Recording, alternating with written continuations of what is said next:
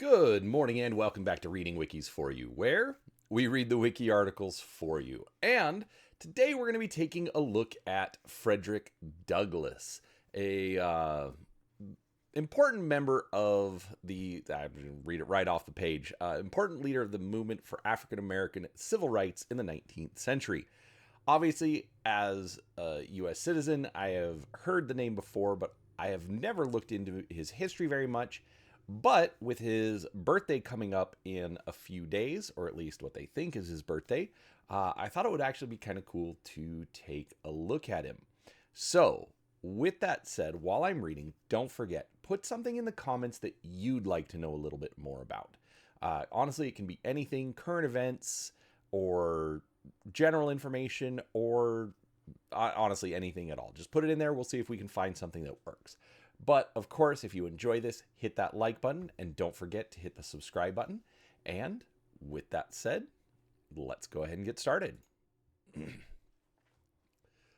Frederick Douglass, born Frederick Augustus Washington Bailey, circa February 14th, 1818, was an American social reformer, abolitionist, orator, writer, and statesman. He was the most important leader of the movement for African American civil rights in the 19th century. After escaping from slavery in Maryland in 1838, Douglass became a national leader of the abolitionist movement in Massachusetts and New York and gained fame for his oratory and incisive anti-slavery writings. Accordingly, he was described by abolitionists in his time as a living counterexample to claims by supporters of slavery that enslaved people that lacked the intellectual capacity to function as independent American citizens. Northerners at the time found it hard to believe that such a good orator had once been enslaved. It was in response to this disbelief that Douglass wrote his first autobiography. Douglass wrote 3 autobiographies, describing his experiences as an enslaved person in his Narrative of the Life of Frederick Douglass, an American Slave, in 1845, which became a bestseller and was influential in promoting the cause of abolition, as was his second book, My Bondage and My Freedom, in 1855. Following the Civil War, Douglass was an active campaigner for the rights of freed slaves and wrote his last autobiography, Life and Times of Frederick Douglass. First published in 1881 and revised in 1892, 3 years before his death, the book covers his life up to those dates. Douglass also actively supported women's suffrage, and he held several public offices. Without his knowledge or consent, Douglass became the first African American nominated for Vice President of the United States as the running mate of Victoria Woodhull on the Equal Rights Party ticket. Douglass believed in making alliances across racial and ideological divides, as well as in the anti-slavery interpretation of the U.S. Constitution after he had broken with William Lloyd Garrison. When radical abolitionists, under the motto "No Union with Slaveholders," criticized Douglass's willingness to engage in dialogue with slave owners, he replied, quote, "I would unite with anybody to do right and with nobody to do wrong," unquote. Early life and slavery. Frederick Augustus Washington Bailey was born into slavery on the eastern shore of the Chesapeake Bay in Talbot County, Maryland. The plantation was between Hillsborough and Cordova. His birthplace was likely his grandmother's cabin, east of Tapper's Corner and west of Tuckahoe Creek. In his first autobiography, Douglass stated, "I have no accurate knowledge of my age, never having seen any authentic record containing it." In successive autobiographies, he gave more precise estimates of when he was born, his final estimate being 1817. However, based on the extant records of Douglass's former owner, Aaron Anthony, historian Dixon J. Preston determined that Douglass was born in February 1818. Though the exact date of his birth is unknown, he chose to celebrate February 14th as his birthday, remembering that his mother called him her little Valentine. Birth family. Douglass's enslaved mother was of African descent, and his father, who may have been her master, was apparently of European descent. In his narrative, Douglass wrote, quote, "My father was a white man," unquote. According to David W. Blight's 2018 biography of Douglass, quote, "For the rest of his life, he searched in vain for the name of his true father," unquote. Douglass's genetic heritage likely also included Native American. Douglass said his mother, Harriet Bailey, gave him his name Frederick Augustus Washington Bailey, and after he escaped to the north in September 1838, he took the surname Douglass, having already dropped his 2 middle names. He later wrote of his earliest times with his mother, quote, "The opinion was also whispered that my master was my father, but of the correctness of this opinion I know nothing. My mother and I were separated when I was but an infant. It is a common custom in the part of Maryland from which I ran away to part children from their mothers at a very early age. I do not recollect of ever seeing my mother by the light of day. She was with me in the night. She would lie down with me and get me to sleep, but long before I waked, she was gone." Unquote. After separation from his mother during infancy, young Frederick lived with his maternal grandmother, Betsy Bailey, who was also enslaved, and his maternal grandfather, Isaac, who was free. Betsy, who would live until 1849. Frederick's mother remained on the plantation about 12 miles away, visiting Frederick only a few times before her death when he was 7 years old. Returning much later, about 1883, to purchase land in Talbot County that was meaningful to him, he was invited to address a colored school. Quote, "I once knew a little colored boy whose mother and father died when he was 6 years old. He was a slave and had no one to care for him. He slept on a dirt floor in a hovel, and in cold weather would crawl into a meal bag head foremost and leave his feet in the ashes to keep them warm. Often he would roast an ear of corn and eat it to satisfy his hunger, and many times has he crawled under the barn or stable and secured eggs, which he would roast in the fire and eat. That boy did not wear pants like you do, but a towel linen shirt. Schools were unknown to him, and he learned to spell from an old Webster's spelling book and to read and write from posters on cellar and barn doors, while boys and men would help him. He would then preach and speak, and soon became well known. He became presidential elector, United States Marshal, United States Recorder, United States diplomat, and accumulated some wealth. He wore broadcloth and didn't have to divide crumbs with the dogs under the table. That boy was Frederick Douglass." Unquote. Early learning and experience. The Auld family. At the age of 6, Douglass was separated from his grandparents and moved to the Y House plantation where Aaron Anthony worked as overseer, and Edward Lloyd was his unofficial master. After Anthony died in 1826, Douglass was given to Lucretia Auld, wife of Thomas Auld, who sent him to serve Thomas's brother Hugh Auld and his wife Sophia Auld in Baltimore. From the day he arrived, Sophia saw to it that Douglass was properly fed and clothed, and that he slept in a bed with sheets and a blanket. Douglass described her as a kind and tender-hearted woman who treated him, quote, "as she supposed one human being ought to treat another," unquote. Douglass felt that he was lucky to be in the city, where he said enslaved people were almost freemen compared to those on plantations. When Douglass was about 12, Sophia Auld began teaching him the alphabet. Hugh Auld disapproved of the tutoring, feeling that literacy would encourage enslaved people to desire freedom. Douglass later referred to this as the, quote, "first decidedly anti-slavery lecture," unquote, he had ever heard. Quote, "Very well, thought I," wrote Douglass, "knowledge unfits a child to be a slave. I instinctively assented to the proposition, and from that moment I understood the direct pathway from slavery to freedom." Under her husband's influence, Sophia came to believe that education and slavery were incompatible, and one day snatched a newspaper away from Douglass. She stopped teaching him altogether and hid all potential reading materials, including her Bible, from him. In his autobiography, Douglass related how he learned to read from white children in the neighborhood and by observing the writings of the men with whom he worked. Douglass continued, secretly, to teach himself to read and write. He later often said, "Knowledge is the pathway from slavery to freedom." As Douglass began to read newspapers, pamphlets, political materials, and books of every description, this new realm of thought led him to question and condemn the institution of slavery. In later years, Douglass credited The Columbian Orator, an anthology that he discovered at about age 12, with clarifying and defining his views on freedom and human rights. First published in 1797, the book is a classroom reader containing essays, speeches, and dialogues to assist students in learning reading and grammar.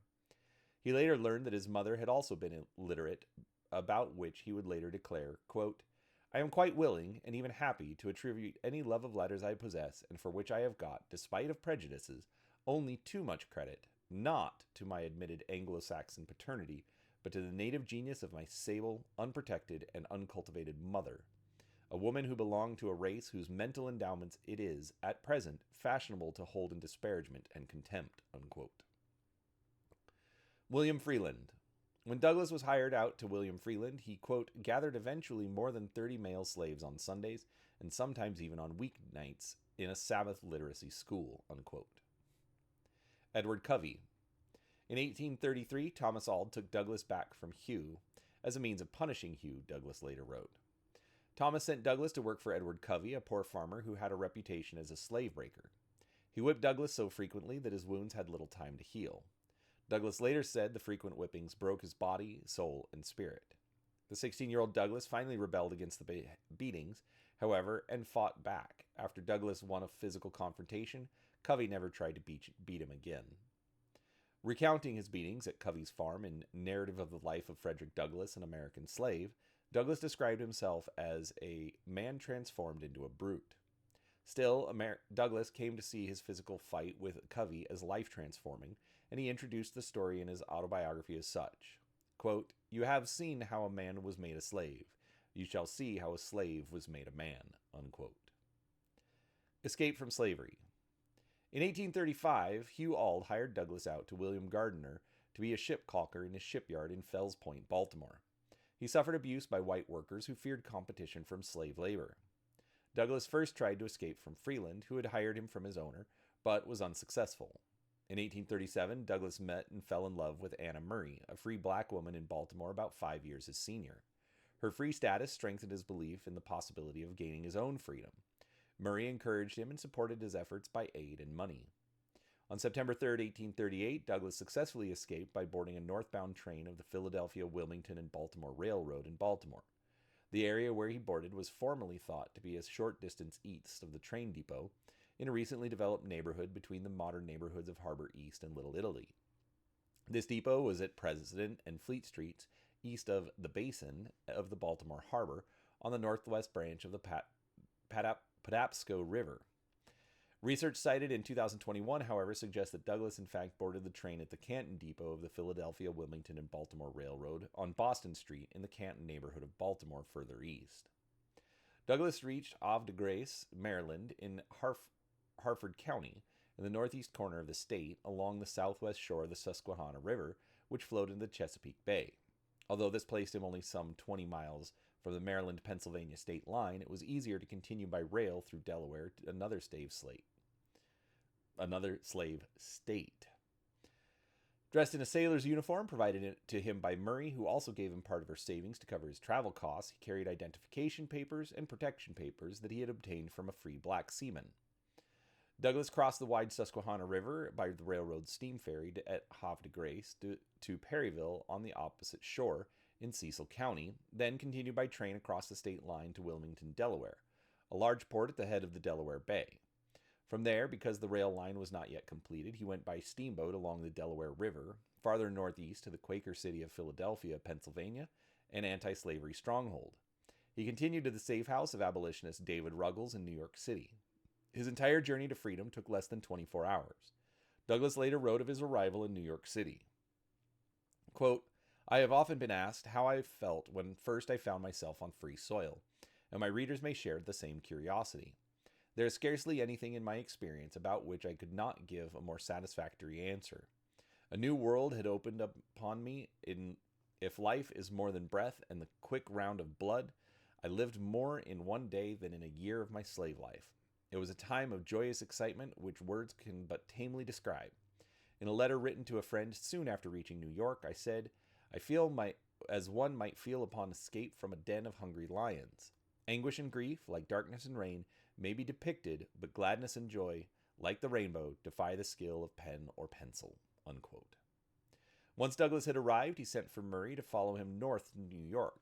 She brought the basic supplies for them to set up a home. They were married on September 15, 1838, by a black Presbyterian minister, just 11 days after Douglass had reached New York. At first, they adopted Johnson as their married name to divert attention. Religious views. As a child, Douglass was exposed to a number of religious sermons, and in his youth, he sometimes heard Sophia Auld reading the Bible. In time, he wanted to learn to read. He began copying Bible verses, and he eventually converted to Christianity. He described this approach in his last autobiography, Life and Times of Frederick Douglass. Quote, "I was not more than 13 years old when, in my loneliness and destitution, I longed for someone to whom I could go as to a father and protector.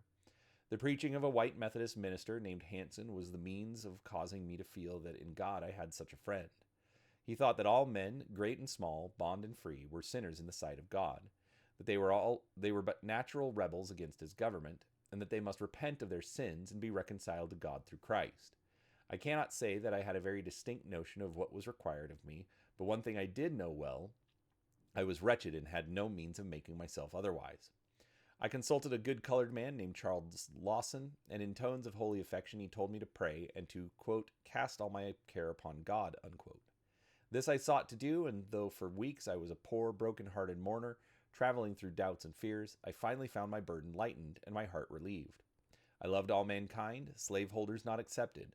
Though I abhorred slavery more than ever, I saw the world in a new light, and my great concern was to have everybody converted. My desire to learn increased, and especially did I want a thorough acquaintance with the contents of the Bible, unquote. Douglass was mentored by Reverend Charles Lawson, and early in his activism, he often included biblical allusions and religious metaphors in his speeches. Although a believer, he strongly criticized religious hypocrisy and accused slaveholders of wickedness, lack of morality, and failure to follow the Golden Rule. In this sense, Douglass distinguished between the Christianity of Christ and the Christianity of America, and considered religious slaveholders and clergymen who defended slavery as the most brutal, sinful, and cynical of all who represented wolves in sheep's clothing. In What to the Slave is the 4th of July, an oration Douglass gave in 1852 at the Corinthian Hall of Rochester, he sharply criticized the attitude of religious people who kept silent about slavery, and he charged that ministers committed a blasphemy when they taught it as sanctioned by religion. He considered that a law passed to support slavery was, quote, one of the grossest infringements of Christian liberty, unquote, and said that pro-slavery clergymen within the American church, quote, strip the love of God of its beauty and leave the throne of religion a huge, horrible, repulsive form and an abomination in the sight of God, unquote. Of ministers like John Chase Lord, Leonard Elijah Lathrop, Ichabod Spencer, and Orville Dewey, he said that they taught against the scriptures that, quote, we ought to obey man's law before the law of God, unquote. He further asserted, quote, in speaking of the American church, however, let it be distinctly understood that I mean the great mass of the religious organizations of our land. There are exceptions, and I thank God that there are. Noble men may be found scattered all over these northern states. Henry Ward Beecher of Brooklyn, Samuel J. May of Syracuse, and my esteemed friend, Reverend R.R. Raymond, unquote. He maintained that quote, upon these men lies the duty to inspire our ranks with high religious faith and zeal, and to cheer us on in the great mission of the slave's redemption from his chains, unquote. In addition, he called religious people to embrace abolitionism, stating, quote, let the religious press, the pulpit, the Sunday school, the conference meeting, the great ecclesiastical, missionary, Bible, and tract associations of the land array their immense power against slavery and slaveholding, and the whole system of crime and blood would be scattered to the winds, unquote. During his visits to the United Kingdom between 1846 and 1848, Douglass asked British Christians never to support American churches that permitted slavery. He expressed his happiness to know that a group of ministers in Belfast had refused to admit slaveholders as members of the church. On his return to the United States, Douglass founded the North Star, a weekly publication with the motto, Right is of no sex, truth is of no color, God is the Father of us all, and all we are brethren. In his 1848 letter to Thomas Auld, Douglass denounced his former slaveholder for leaving Douglass's family illiterate. Quote, your wickedness and cruelty committed in this respect on your fellow creatures are greater than all the stripes you have laid upon my back or theirs. It is an outrage upon the soul, a war upon the immortal spirit, and one for which you must give account at the bar of our common Father and Creator, unquote. Sometimes considered a precursor of a non-denominational liberation theology, Douglass was a deeply spiritual man, as his home continues to show. The fireplace mantel features busts of two of his favorite philosophers, David Friedrich Strauss, author of The Life of Jesus, and Ludwig Feuerbach, author of The Essence of Christianity, in addition to several Bibles and books about various religions in the library. Images of angels and Jesus are displayed, as well as an interior and exterior photographs of Washington's Metropolitan African Methodist Episcopal Church. Throughout his life, Douglass had linked that individual experience with social reform, and according to John Stauffer, he, like other Christian abolitionists, tried to live righteously, abstaining from tobacco, alcohol, and other perceived sins that corrupted body and soul. Douglass stated himself that he was a teetotaler. According to David W. Blight, however, Douglass loved cigars and received them as gifts from Attilly Assing. Douglass praised the agnostic orator Robert G. Ingersoll, whom Douglass met in Peoria, Illinois, stating, quote, "Genuine goodness is the same, whether found inside or outside the church, and that to be an infidel no more proves a man to be selfish, mean, and wicked than to be evangelical proves him to be honest, just, and human.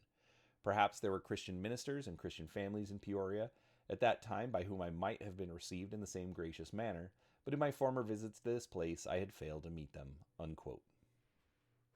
Family life. Douglass and Anna Murray had 5 children: Rosetta Douglass, Lewis Henry Douglass, Frederick Douglass Jr., Charles Redmond Douglass, and Annie Douglass, who died at the age of 10. Charles and Rosetta helped produce his newspapers. Anna Douglass remained a loyal supporter of her husband's public work.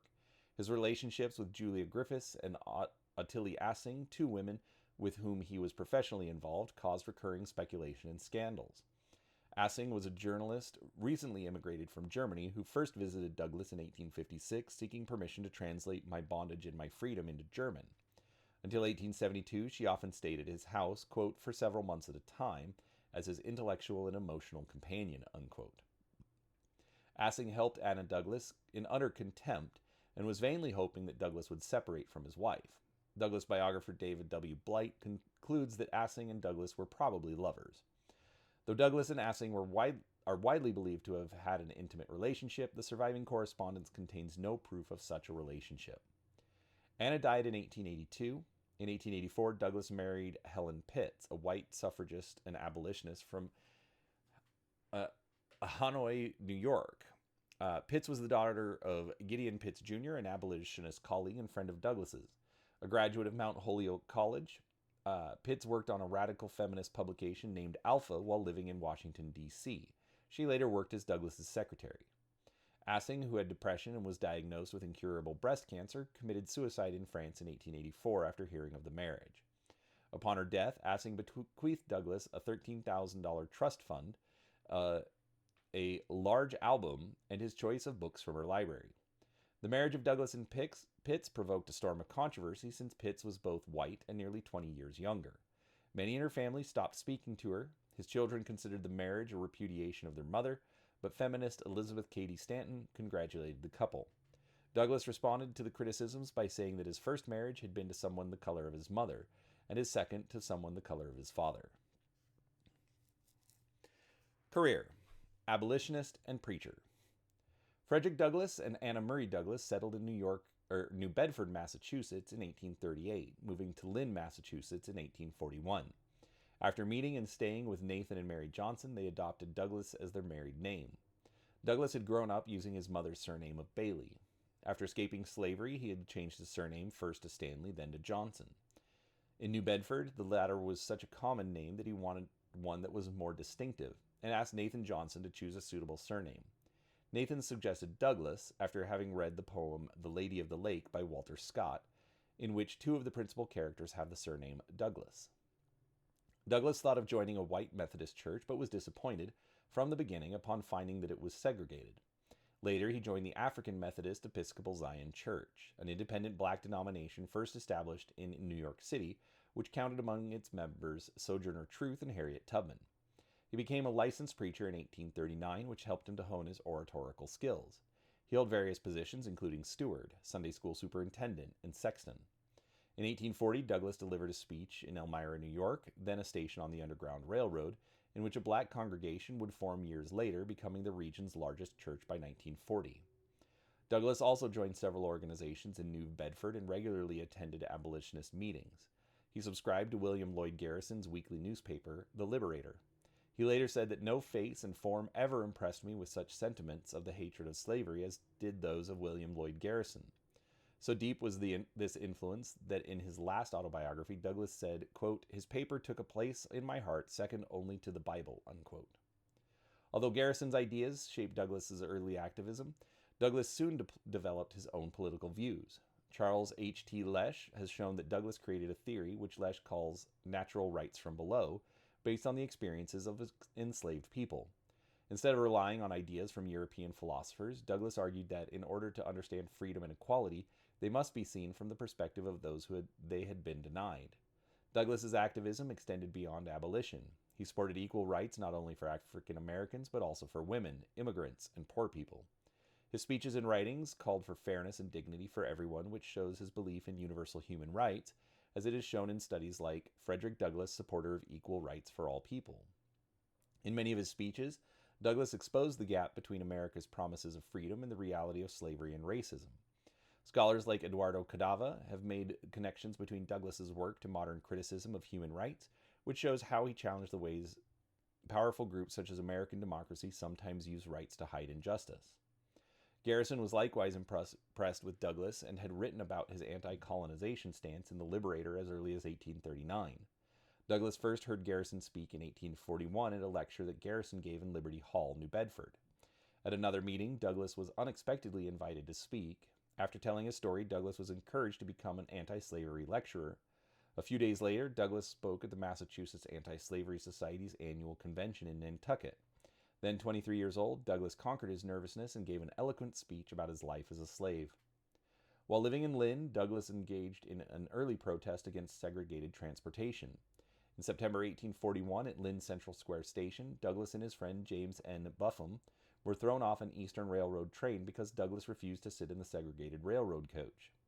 In 1843, Douglass joined the other speakers in the American Anti-Slavery Society's 100 Conventions Project, a 6-month tour at meeting halls throughout the eastern and midwestern United States. During this tour, slavery supporters frequently accosted Douglass. At a lecture in Pendleton, Indiana, an angry mob chased and beat Douglass before a local Quaker family, the Hardys, rescued him. His hand was broken in the attack. It healed improperly and bothered him for the rest of his life.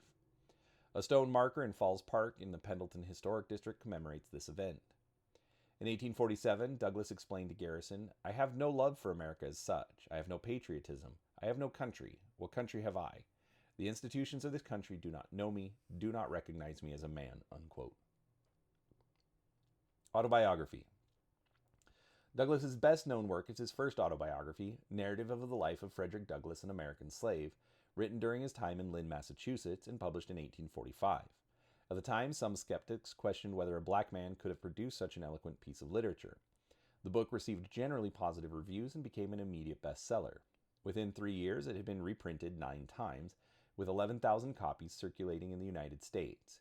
It was also translated into French and Dutch and published in Europe. Douglass published 3 autobiographies during his lifetime, each time expanding on the previous one. In 1845, the 1845 narrative was his biggest seller and probably allowed him to raise the funds to gain his legal freedom the following year, as discussed below. In 1855, Douglass published My Bondage and My Freedom. In 1881, in his 60s, Douglass published The Life and Times of Frederick Douglass, which he revised in 1892. Travels to Ireland and Great Britain. Douglass's friends and mentors feared that the publicity would draw the attention of his ex-owner, Hugh Auld, who might try to get his property back. They encouraged Douglass to tour Ireland, as many former slaves had done. Douglass set sail on the Cambria for Liverpool, England, on August 16, 1845. He traveled in Ireland as the Great Famine was beginning. The feeling of freedom from American racial discrimination amazed Douglass. 11 days and a half gone, and I have crossed 3,000 miles of the perilous deep. Instead of a democratic government, I am under a monarchical government. Instead of the bright blue sky of America, I am covered with the soft gray fog of the Emerald Isle. I breathe, and lo, the chattel becomes a man. I gaze around in vain for one who will question my equal humanity, claim me as his slave, or offer me an insult. I employ a cab. I am seated beside white people. I reach the hotel. I enter the same door. I am shown into the same parlor. I dine at the same table. And no one is offended. I find myself regarded and treated at every turn with the kindness and deference paid to white people. When I go to church, I am met by no upturned nose and scornful lip to tell me, "We don't allow niggers in here." Unquote. Still, Douglass was astounded by the extreme levels of poverty he encountered in Dublin, much of it reminding him of his experiences in slavery. In a letter to William Lloyd Garrison, Douglass wrote, quote, "I see much here to remind me of my former condition, and I confess I should be ashamed to lift up my voice against American slavery, but that I know the cause of humanity is one the world over. He who really and truly feels for the American slave cannot steel his heart to the woes of others, and he who thinks himself an abolitionist cannot enter into the wrongs of others, has yet to find a true foundation for his anti-slavery faith." Unquote. He also met and befriended the Irish nationalist and strident abolitionist Daniel O'Connell, who was to be a great inspiration. Douglass spent 2 years in Ireland and Great Britain, lecturing in churches and chapels. His draw was such that some facilities were crowded to suffocation. One example was his hugely popular London reception speech, which Douglass delivered in May 1846 at Alexander Fletcher's Finsbury Chapel. Douglass remarked that in England he was treated not as a color, but as a man. In 1846, Douglass met with Thomas Clarkson, one of the last living British abolitionists who had persuaded Parliament to abolish slavery in Great Britain's colonies. During this trip, Douglass became legally free, as British supporters led by Anna Richardson and her sister-in-law Ellen of Newcastle upon Tyne raised funds to buy his freedom from his American owner Thomas Auld. Many supporters tried to encourage Douglass to remain in England, but with his wife still in Massachusetts and 3 million of his black brethren in bondage in the United States, he returned to America in the spring of 1847, soon after the death of Daniel O'Connell. In the 21st century, historical plaques were installed on buildings in Cork and Waterford, Ireland, and London to celebrate Douglass's visit. The first is on the Imperial Hotel in Cork and was unveiled on August 31st, 2012. The second is on the facade of Waterford City Hall, unveiled on October 7th, 2013. It commemorates his speech there on October 9th, 1845. The third plaque adorns Nell Gwyn House, South Kensington in London, at the site of an earlier house where Douglass stayed with the British abolitionist George Thompson. On July 31st, 2023, the first statue of him in Europe was unveiled in High Street in Belfast. Douglass spent time in Scotland and was appointed Scotland's anti-slavery agent. He made anti-slavery speeches and wrote letters back to the U.S. He considered the city of Edinburgh to be elegant, grand, and very welcoming. Maps of the places in the city that were important to his stay are held by the National Library of Scotland. A plaque and a mural at 33 Gilmore Place in Edinburgh mark his stay there in 1846. A variety of collaborative projects are currently underway to commemorate Frederick Douglass's journey and visit to Ireland in the 19th century. Return to the United States, the abolitionist movement. After returning to the U.S. in 1847, using 500 pounds given to him by English supporters, Douglass started publishing his first abolitionist newspaper, the North Star, from the basement of the Memorial AME Zion Church in Rochester, New York. Douglass enlisted Pittsburgh journalist Martin Delany as co-editor, but they soon severed ties, and whether they, quote, were ever really co-editors as the masthead claimed is doubtful, unquote. The North Star's motto was, "Right is of no sex, truth is of no color, God is the father of us all, and we are all brethren." The AME Church and North Star joined in the freedmen's community's vigorous opposition to the mostly white American Colonization Society and its proposal to send free black people to Africa. Douglass also participated in the Underground Railroad. He and his wife provided lodging and resources in their home to more than 400 fugitive slaves. Douglass also soon split with Garrison, whom he found unwilling to support actions against American slavery. Earlier, Douglass had agreed with Garrison's position that the Constitution was pro-slavery because of the 3/5 compromise, or the 3/5 clause, the compromise that provided that 60% of the number of enslaved people would be added to the whole number of free persons for the purpose of apportioning congressional seats and protection of the international slave trade through 1807. Garrison had burned copies of the Constitution to express his opinion. However, Lysander Spooner published The Unconstitutionality of Slavery, which examined the United States Constitution as an anti-slavery document. Douglass's change of opinion about the Constitution and his splitting from Garrison around 1847 became one of the abolitionist movement's most notable divisions. Douglass angered Garrison by saying that the Constitution could and should be used as an instrument in the fight against slavery. On July 24, 1851, shortly after his announced change of opinion, Douglass delivered a speech titled, "Is the United States Constitution for or against slavery?" He expressed his changed views again in an 1860 speech in Glasgow, Scotland, titled, "The Constitution of the United States, is it pro-slavery or anti-slavery?" In that speech, he said, quote, "When I escaped from slavery and was introduced to the Garrisonians, I adopted very many of their opinions. I was young, had read but little, and naturally took some things on trust. Subsequent reading and experience, however, brought me to other conclusions," unquote. He now believed that dissolution of the American Union, which Garrison advocated, quote, would place the slave system more exclusively under the control of the slaveholding states, unquote. In addition, quote, "Mr. Garrison and his friends tell us that while in the Union we are responsible for slavery, I deny that going out of the Union would free us from that responsibility. The American people in the northern states have helped to enslave the black people. Their duty will not be done till they give them back their plundered rights." Unquote. Letter to his former owner. In September 1848, on the 10th anniversary of his escape, Douglass published an open letter addressed to his former master, Thomas Auld, berating him for his conduct and inquiring after members of his family still held by Auld. In the course of the letter, Douglass adeptly transitions from formal and restrained to familiar and then to impassioned. At one point, he is the proud parent, describing his improved circumstances and the progress of his own 4 young children, but then he dramatically shifts tone. Quote, "Oh, sir, a slaveholder never appears to me so completely an agent of hell as when I think of and look upon my dear children. It is then that my feelings rise above my control. The grim horrors of slavery rise in all their ghastly terror before me. The wails of millions pierce my heart and chill my blood.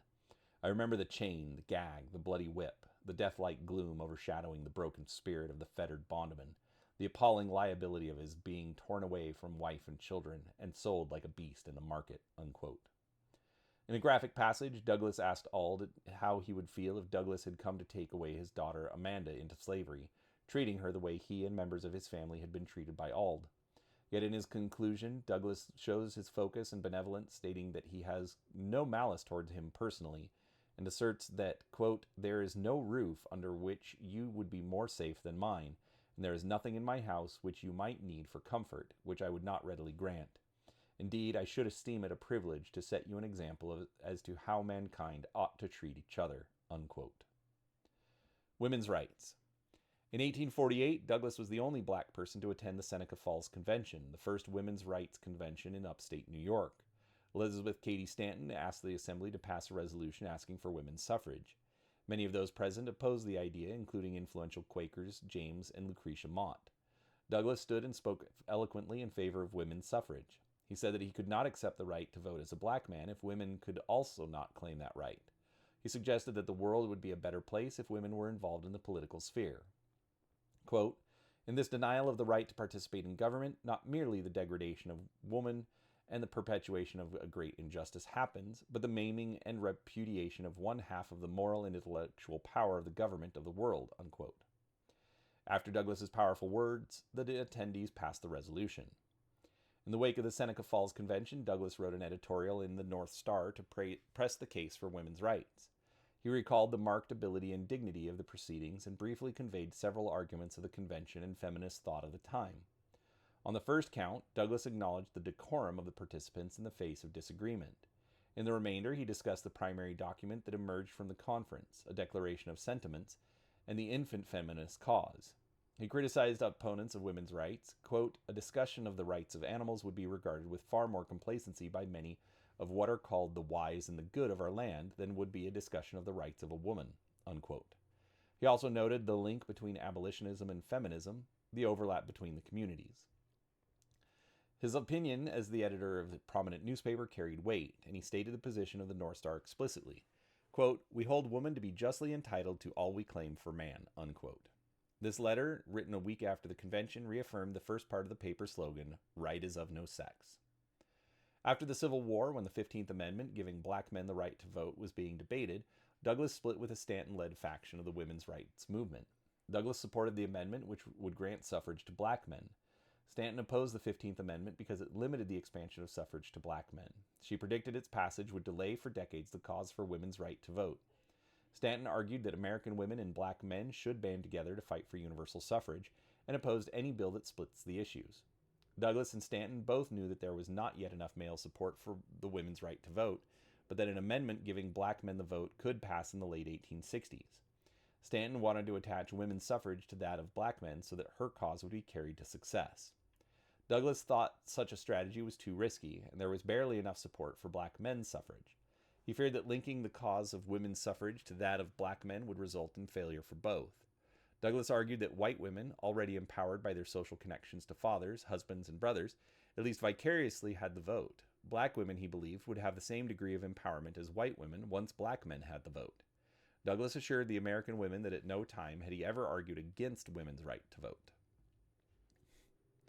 Ideological refinement. In 1850, Douglass was elected the vice president of the American League of Colored Laborers, the first black labor union in the United States, which he had also helped found. Meanwhile, in 1851, he merged the North Star with Gerrit Smith's Liberty Party paper to form Frederick Douglass's paper, which was published until 1859. On July 5, 1852, Douglass delivered an address in Corinthian Hall at a meeting organized by the Rochester Ladies Anti-Slavery Society. This speech eventually became known as What to the Slave is the 4th of July. One biographer called it perhaps the greatest anti-slavery oration ever given. In 1853, he was a prominent attendee of the Radical Abolitionist National African American Convention in Rochester. Douglass was one of 5 people whose names were attached to the address of the convention to the people of the United States, published under the title, The Claims of Our Common Cause. The other 4 were Amos Noé Freeman, James Monroe Whitfield, Henry O. Waggoner, and George Boyer Vachon. Like many abolitionists, Douglass believed that education would be crucial for African Americans to improve their lives. He was an early advocate for school desegregation. In the 1850s, Douglass observed that New York's facilities and instruction for African American children were vastly inferior to those for European Americans. Douglass called for court action to open all schools to all children. He said that full inclusion within the educational system was a more pressing need for African Americans than political issues such as suffrage. John Brown. On March 12, 1859, Douglass met with radical abolitionists John Brown, George D. Baptiste, and others at William Webb's house in Detroit to discuss emancipation. Douglass met Brown again when Brown visited his home 2 months before leading the raid on Harper's Ferry. Brown penned his provisional constitution during his 2-week stay with Douglass. Also staying with Douglass for over a year was Shields Green, a fugitive slave whom Douglass was helping as he often did. Shortly before the raid, Douglass, taking Green with him, traveled from Rochester via New York City to Chambersburg, Pennsylvania, Brown's communications headquarters. He was recognized there by black people who asked him for a lecture. Douglass agreed, although he said his only topic was slavery. Green joined him on the stage. Brown, incognito, sat in the audience. A white reporter, referring to, quote, nigger democracy, unquote, called it a flaming address by the notorious Negro orator. There, in an abandoned stone quarry for secrecy, Douglass and Green met with Brown and John Henry Kagi to discuss the raid. After discussions lasting, as Douglass put it, quote, a day and a night, unquote, he disappointed Brown by declining to join him, considering the mission suicidal. To Douglass's surprise, Green went with Brown instead of returning to Rochester with Douglass.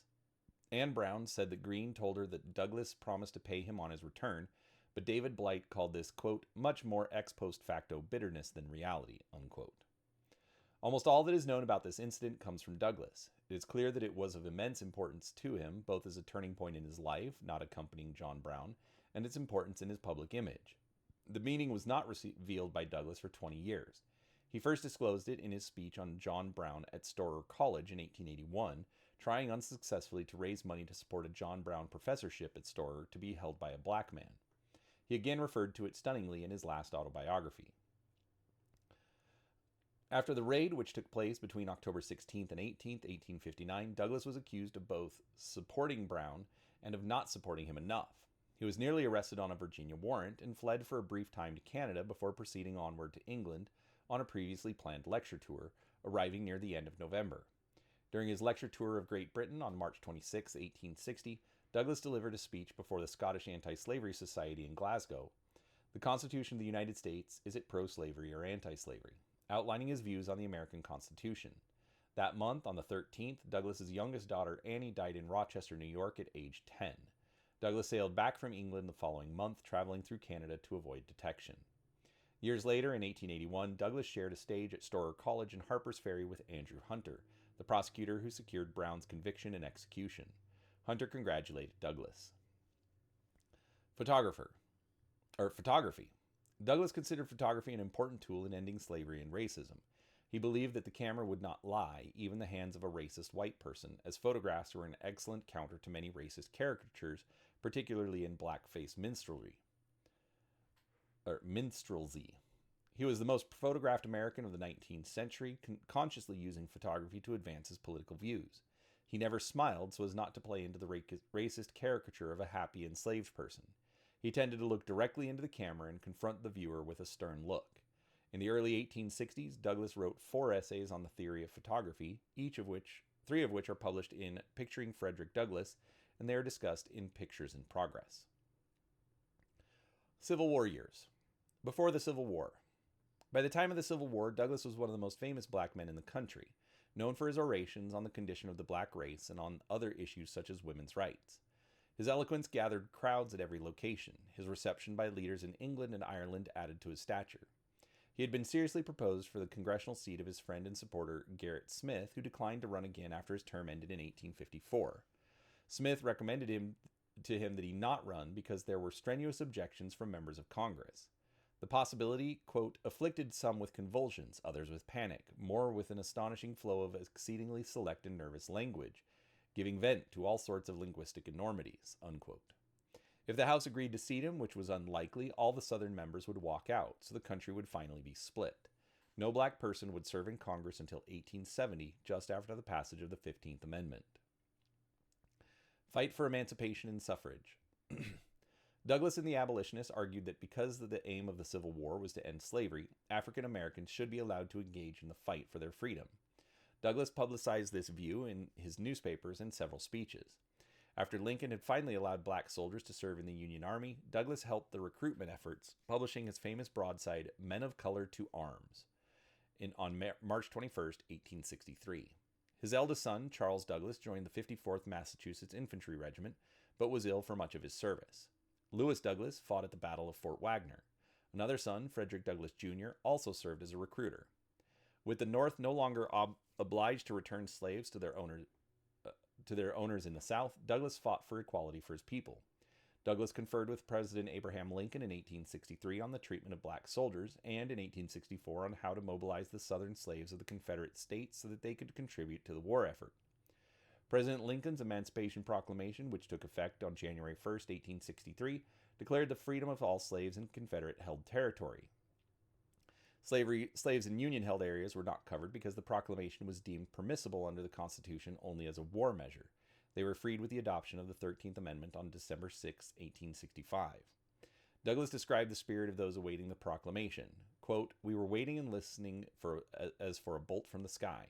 We were watching by the dim light of the stars for the dawn of a new day. We were longing for the answer to the agonizing prayers of centuries." Unquote. During the U.S. presidential election of 1864, Douglass supported John C. Fremont, who was the candidate of the abolitionist Radical Democratic Party. Douglass was disappointed that President Lincoln did not publicly endorse suffrage for black freedmen. Douglass believed that since African American men were fighting for the Union, they deserved the right to vote. After Lincoln's death, the post-war ratification of the 13th Amendment on December 6, 1865, outlawed slavery except as a punishment for crime. The 14th Amendment provided for birthright citizenship and provided the states from abridging the privileges and immunities of citizens of the United States or denying any person due process of law or equal protection of the laws. The 15th Amendment protected all citizens from being discriminated against in voting because of race. After Lincoln was assassinated, Douglass conferred with President Andrew Johnson on the subject of black suffrage. On April 14, 1876, Douglass delivered the keynote speech at the unveiling of the Emancipation Memorial in Washington's Lincoln Park. He spoke frankly about the complex legacy of Lincoln, noting what he perceived to be both positive and negative attributes of the late president. Calling Lincoln the white man's president, Douglass criticized Lincoln's tardiness in joining the cause of emancipation, noting that Lincoln initially opposed the expansion of slavery but did not support its elimination. Quote, "He had been ready and willing at any time during the first years of his administration to deny, postpone, and sacrifice the humanity of the colored people to promote the welfare of the white people. Lincoln was neither our man or our model," unquote. But Douglass also asked, quote, "Can any colored man or any white man friendly to the freedom of all men ever forget the night which followed the first day of January, 1863, when the world was to see if Abraham Lincoln would prove to be as good as his word," unquote. He also said, quote, "Though Mr. Lincoln shared the prejudices of his white fellow countrymen against the Negro, it is hardly necessary to say that in his heart of hearts he loathed and hated slavery," unquote. Most famously, he added, quote, "Viewed from the genuine abolition ground, Mr. Lincoln seemed tardy, cold, dull, and indifferent, but measuring him by the sentiment of his country, a sentiment he was bound as a statement to consult, he was swift, zealous, radical, and determined." The crowd, roused by his speech, gave Douglass a standing ovation. Lincoln's widow, Mary Lincoln, supposedly gave Lincoln's favorite walking stick to Douglass in appreciation. That walking stick still rests in his final residence, Cedar Hill in Washington, D.C., now preserved as the Frederick Douglass National Historic Site. After delivering the speech, Douglass immediately wrote to the National Republican newspaper in Washington, criticizing the statue's design and suggesting the park could be improved by more dignified monuments of free black people. "The Negro here, though rising, is still on his knees and nude," Douglass wrote. "What I want to see before I die is a monument representing the Negro, not couchant on his knees like a four-footed animal, but erect on his feet like a man." Unquote. Reconstruction era. After the Civil War, Douglass continued to work for the equality of African Americans and for women. Due to his prominence and activism during the war, Douglass received several political appointments. He served as president of the Reconstruction-era Freedmen's Savings Bank. Meanwhile, white insurgents had quickly arisen in the South after the war, organizing first as secret vigilante groups, including the Ku Klux Klan. Armed insurgency took different forms. Powerful paramilitary groups included the White League and the Red Shirts, both active during the 1870s in the Deep South. They operated as the military arm of the Democratic Party, turning out Republican office holders and disrupting elections. Starting 10 years after the war, Democrats regained political power in every state of the former Confederacy and began to reassert white supremacy. They enforced this by a combination of violence, late 19th century laws imposing segregation, and a concerted effort to disenfranchise African Americans. New labor and criminal laws also limited their freedom. To combat these efforts, Douglass supported the presidential campaign of Ulysses S. Grant in 1868. In 1870, Douglass started his last newspaper, the New National Era, attempting to hold his country to its commitment to equality. President Grant sent a congressionally sponsored commission, accompanied by Douglass, on a mission to the West Indies to investigate whether the annexation of Santo Domingo would be good for the United States.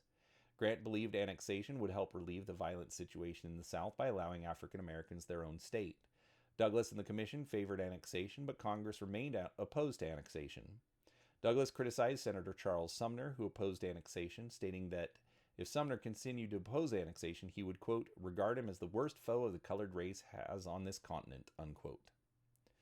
After the midterm elections, Grant signed the Civil Rights Act of 1871, also known as the Ku Klux Klan Act, and the Second and Third Enforcement Acts.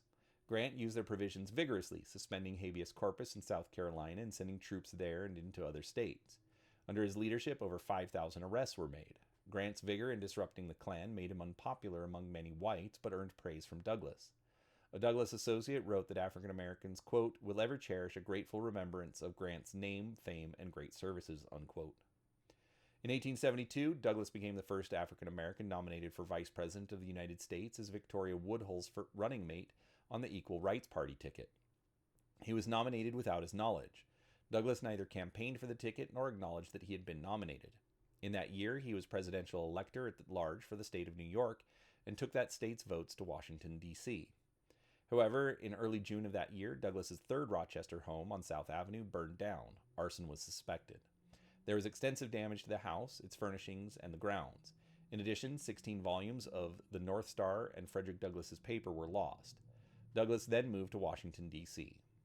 Throughout the Reconstruction era, Douglass continued speaking, emphasizing the importance of work, voting rights, and actual exercise of suffrage. His speeches for the 25 years following the war emphasized work to counter the racism that was then prevalent in unions. In a November 15, 1867 speech, he said, quote, a man's rights rest in 3 boxes, the ballot box, the jury box, and the cartridge box.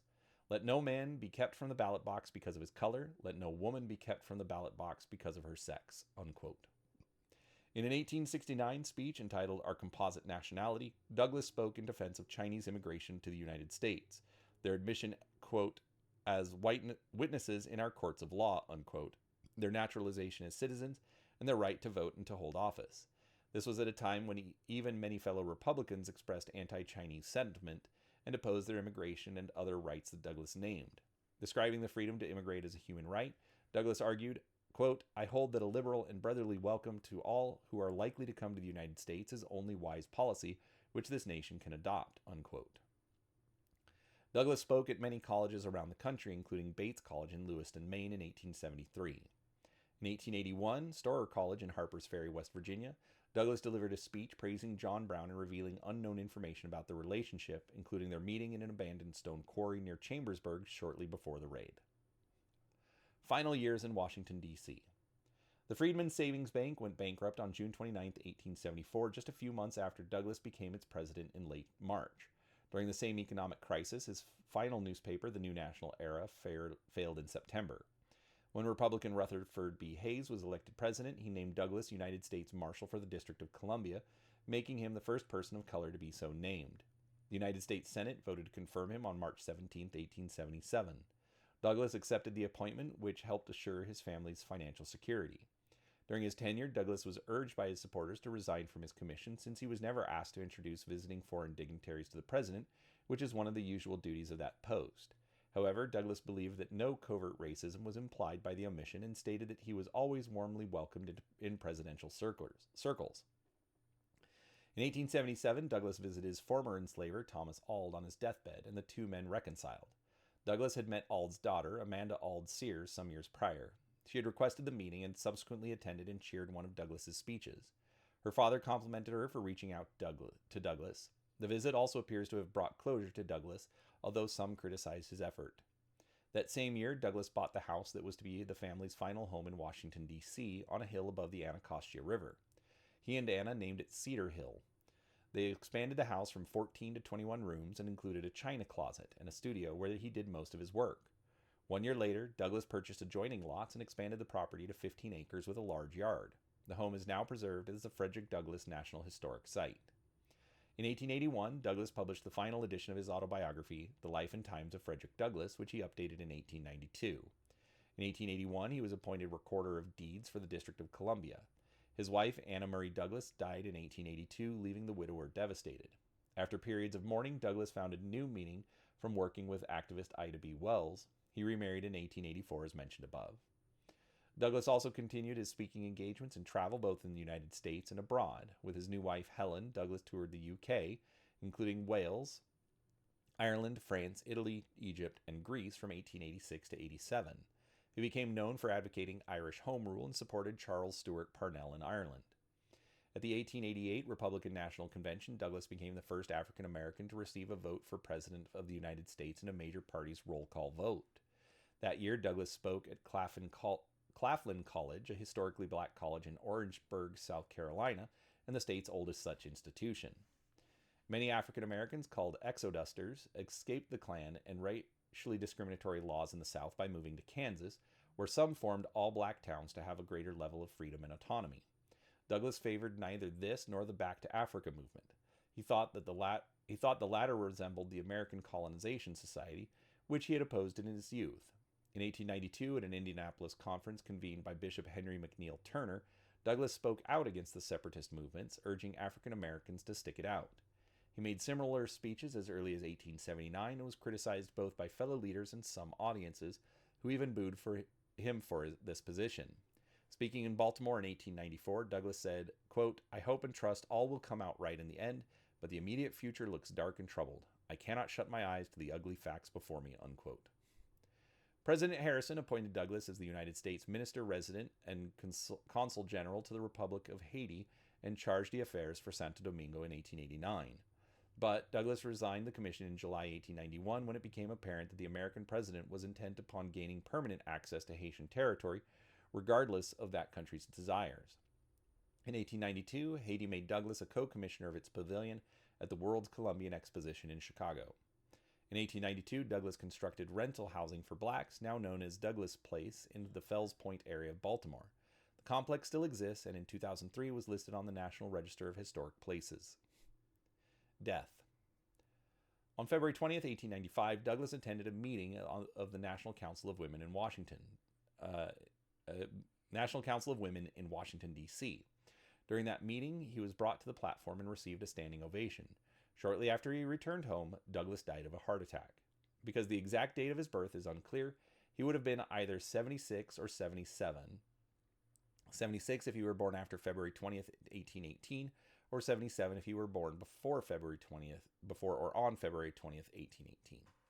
His funeral was held at the Metropolitan African Methodist Episcopal Church. Although Douglass had attended several churches in the nation's capital, he had a pew here and had donated 2 standing candelabras when this church had moved to a new building in 1886. He also gave many lectures there, including his last major speech, The Lessons of the Hour. Thousands of people passed by his coffin to show their respect. United States senators and Supreme Court justices were pallbearers. Jeremiah Rankin, president of Howard University, delivered a masterly address. A letter from Elizabeth Cady Stanton was read. The secretary of the Haitian legation expressed the condolence of his country in melodious French. Douglas's coffin was transported to Rochester, New York, where he had lived for 25 years, longer than anywhere else in his life. His body was received in state at City Hall, flags were flown at half-mast, and schools adjourned. He was buried next to Anna in the Douglas family plot of Mount Hope Cemetery. Helen was also buried there in 1903. His grave is with that of Susan B. Anthony, the most visited in the cemetery. A marker erected by the University of Rochester and other friends describes him as escaped slave, abolitionist, suffragist, journalist, and statesman, founder of the civil rights movement in America. Works. 1845.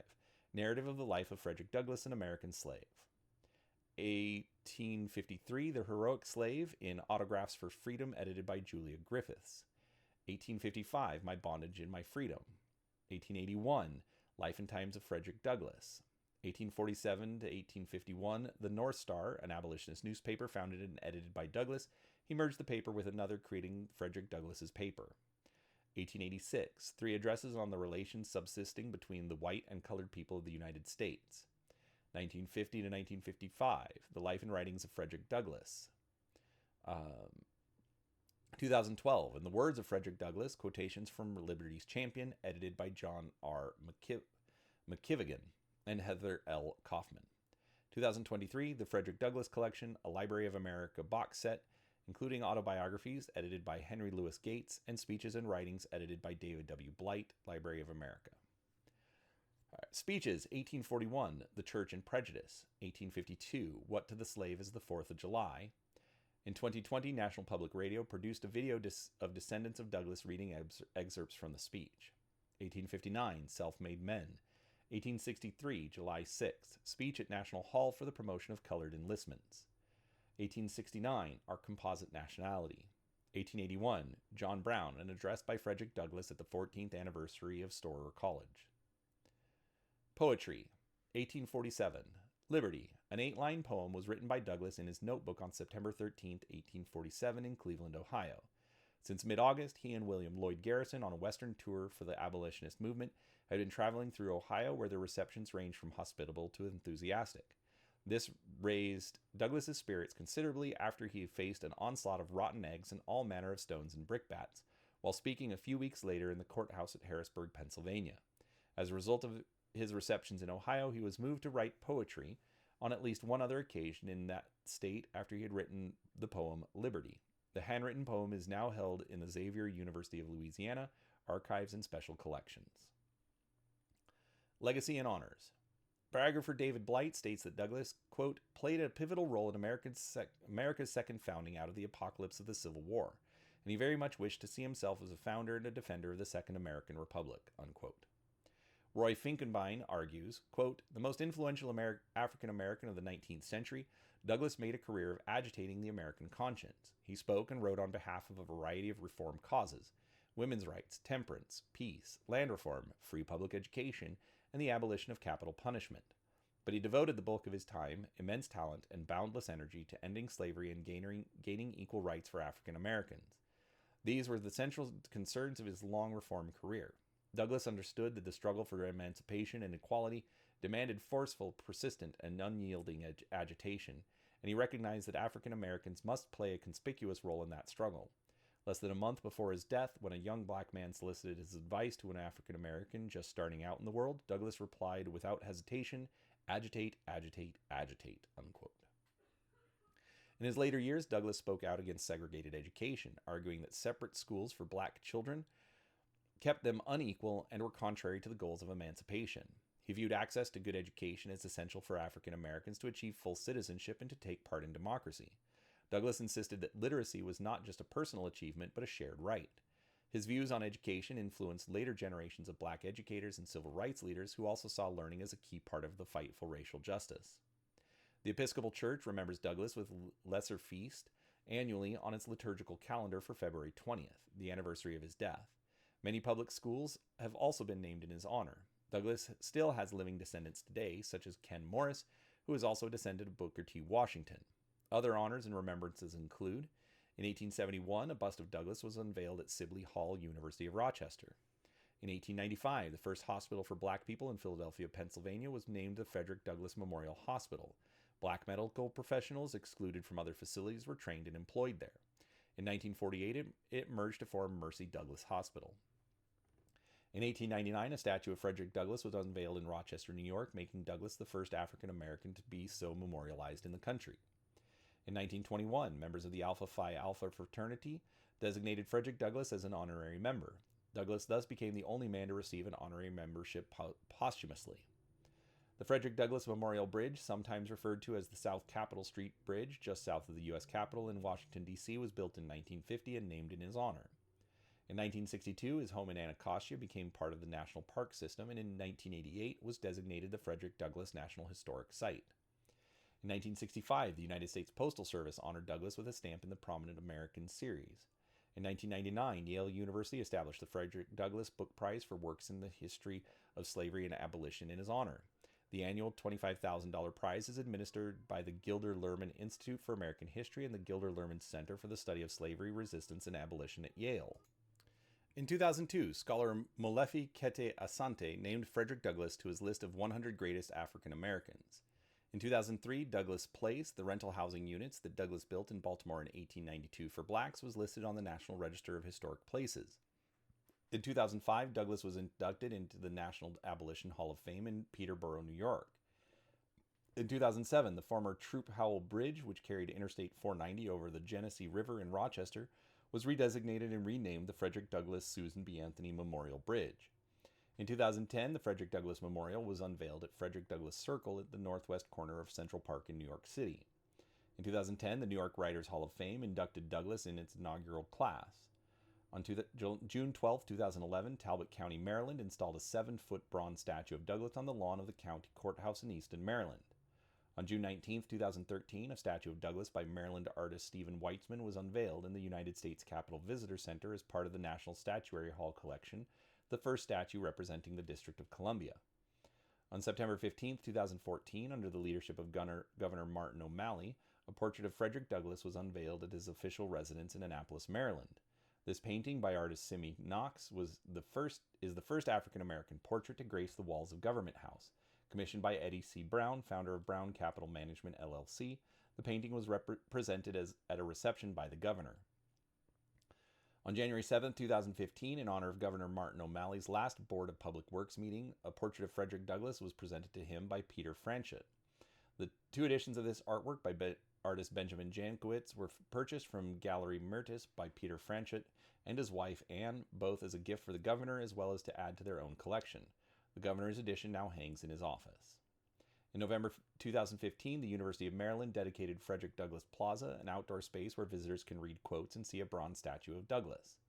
On October 18, 2016, the Council of the District of Columbia voted that the city's new name as a state is to be Washington, D.C., and that D.C. is to stand for Douglass Commonwealth.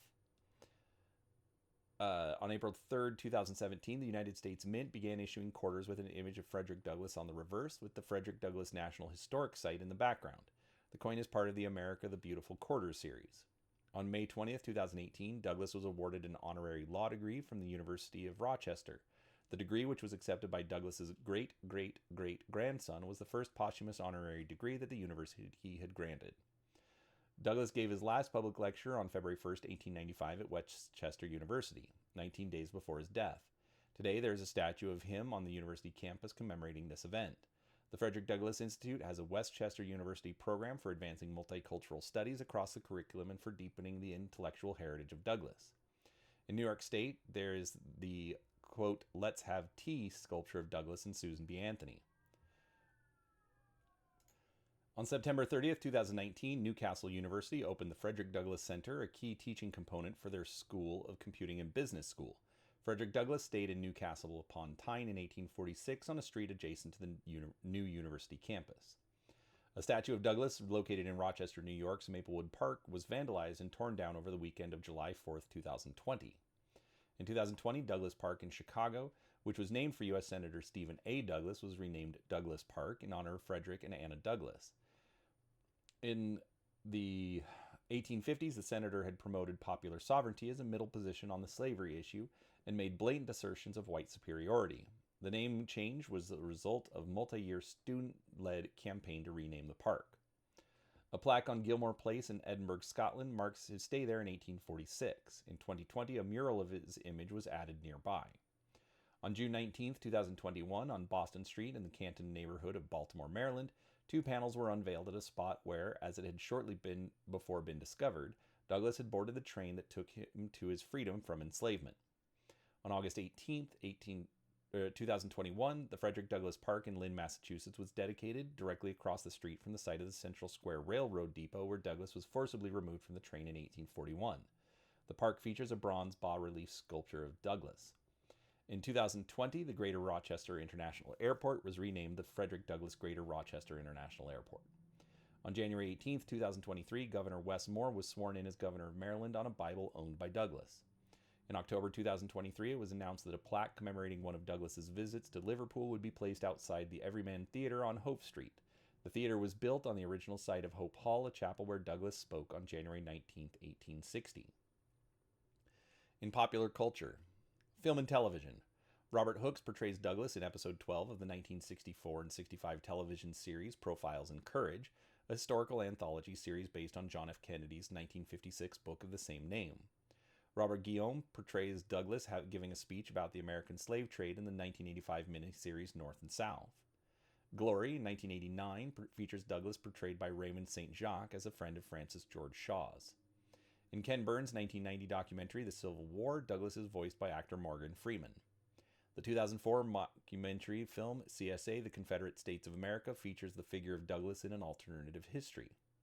In Aquila and the Bee, 2006, characters discuss Douglass near a bronze bust of him by sculptor Tina Allen. The 2008 documentary film Frederick Douglass and the White Negro tells the story of Douglass in Ireland and the relationship between African and Irish Americans during the American Civil War. Douglass appears in Freedom, where he is portrayed by Brian Utley. In the 2015 documentary film The Gettysburg Address, the role of Frederick Douglass is voiced by actor Lawrence Fishburne. A miniseries based on James McBride's 2013 novel, The Good Lord Bird, was released in 2020 with Daveed Diggs as Douglass. Douglass is portrayed negatively. On February 23, 2022, HBO released a 1-hour documentary titled Frederick Douglass in 5 Speeches based on David W. Blight's Frederick Douglass, Prophet of Freedom. Douglass was portrayed by Elvis Nolasco in the 2024 Apple TV Plus miniseries Manhunt. Vondi Curtis Hall portrays Douglass in the 2025 Netflix miniseries Death by Lightning. Literature. The 1946 novel A Star Pointed North by Edmund Fuller presents an account of Douglass's life. Terry Bisson's Fire on the Mountain, 1988, is an alternate history novel in which John Brown's raid on Harper's Ferry succeeded, and instead of the Civil War, the black slaves emancipated themselves in a massive slave revolt. In this history, Frederick Douglass and Harriet Tubman are the revered founders of a black state created in the Deep South. Douglass is a major character in the novel How Few Remain in 1997 by Harry Turtledove, depicted in an alternate history in which the Confederacy won the Civil War and Douglass must continue his anti-slavery campaign into the 1880s. Douglass appears in Flashman and the Angel of the Lord, 1994 by George MacDonald Fraser. Douglass, his wife, and his alleged mistress, Ottilia Assing, are the main characters in Jewel Parker Rhodes' Douglass's Women. Douglass is the protagonist of Richard Bradbury's novel River's Meet, a fictionalized account of Douglass's 1845 speaking tour of the British Isles. Douglass's time in Ireland is fictionalized in Colin McCann's Transatlantic. A comedic representation of Douglass is made in James McBride's 2013 novel The Good Lord Bird. In 2019, author David W. Blight was awarded a Pulitzer Prize for History for Frederick Douglass, Prophet of Freedom. Douglass features as a character in Sarah Sheridan's 2024 novel, The Secrets of Blythewood Square, set in 1846 Glasgow. Painting. In 1938 and 39, African-American artist Jacob Lawrence created the Frederick Douglass series of narrative paintings. They were part of the historical series started by Lawrence in 1937, which included painted panels about prominent black historical figures such as Toussaint Louverture and Harriet Tubman.